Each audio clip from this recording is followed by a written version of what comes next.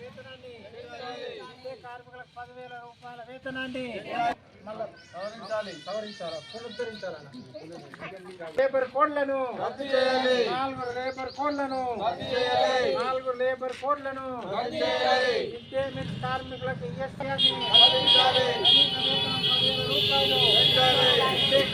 10,000 రూపాయల వేతనాన్ని కార్మికులకు 10,000 రూపాయల వేతనాన్ని కార్మికులకు 10,000 రూపాయల వేతనాన్ని మిడ్ డే మీల్స్ కార్మికుల ఐక్యత మీల్స్ కార్మికుల ఐక్యత ఏఐటీసీ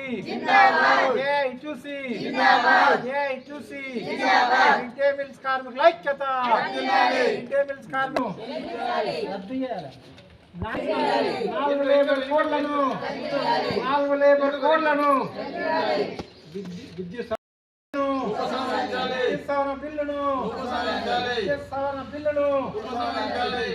బిల్లును మధ్యాహ్న కార్మికులకు 10,000 రూపాయల వేతనాన్ని మధ్యాహ్న భోజన కార్మికులకు 10,000 రూపాయలని 10,000 రూపాయల వేతనాన్ని 10,000 రూపాయల వేతనాన్ని 10,000 రూపాయల వేతనాన్ని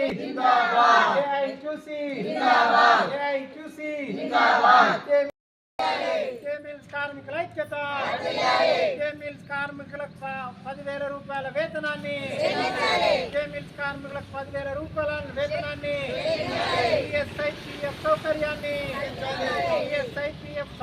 కల్పించాలి ఈఎస్ఐపిఎఫ్ సౌకర్యాన్ని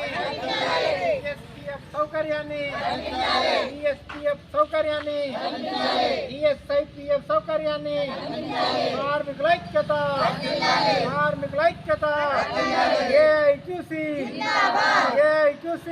దేశవ్యాప్త సమ్మె లోపల భాగంగా మిడ్ డే మీల్స్ కార్మికులను